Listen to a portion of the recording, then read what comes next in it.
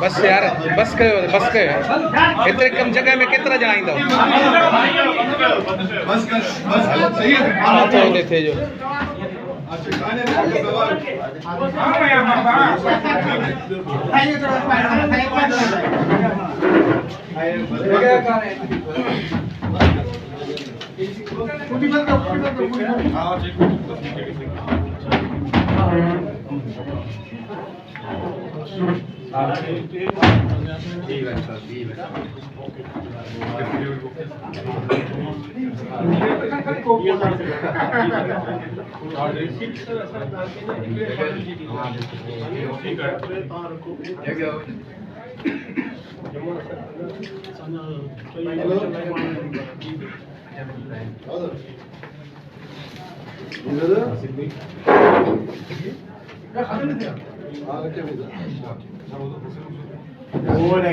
Corruption किए उसका ये मिसाल है कि आज आपने ये देखा कि लोग किस तरह रोडों पे निकल आए।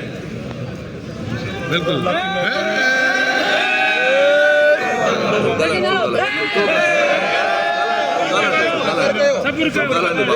शहरों का शुक्रगुजार हूँ।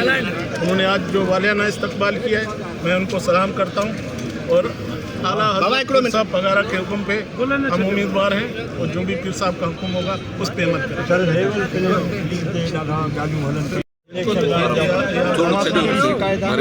बिल्कुल यह है जो इलेक्शन कमीशन आहे उन में जेके माण्हू वेठा आहिनि उहे मुठी गवर्नमेंट जेका आहे उन ई जा ई नुमाइंदा वेठा आहिनि।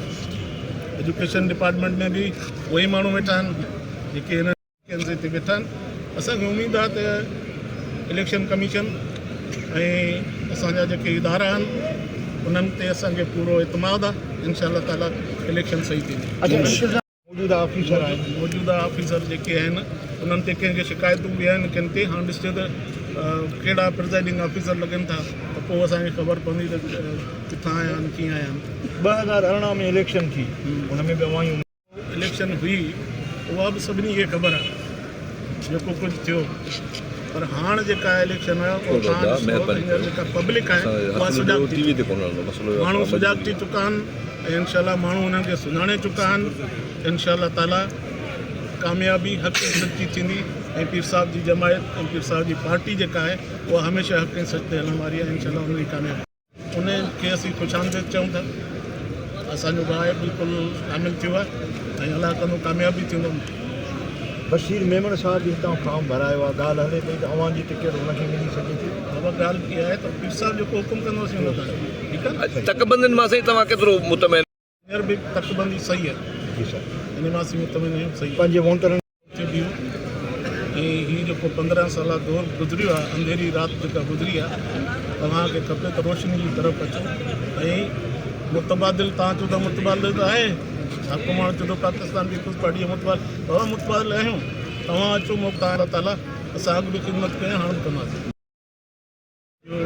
बयानु ॾिसो पिया ऐं मुंहिंजे ख़्याल में त पूरे पाकिस्तान में एॾी पॉपुलर सोशल मीडिया ते का बि लेडीज़ कोन्हे असांजी पार्टी जी आहे, ॿी के पार्टी जी कोन्हे।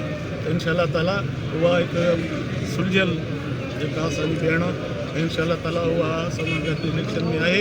इनशा गॾिजी करे हिते इनशा खॾड़ो वञी खॾड़ो वरी वञी सांगड़ मिलियो, हेॾो वॾो तक आहे। इनशा हिते बि हूंदी ऐं इन पासे बि इनशा थैंक्स सर।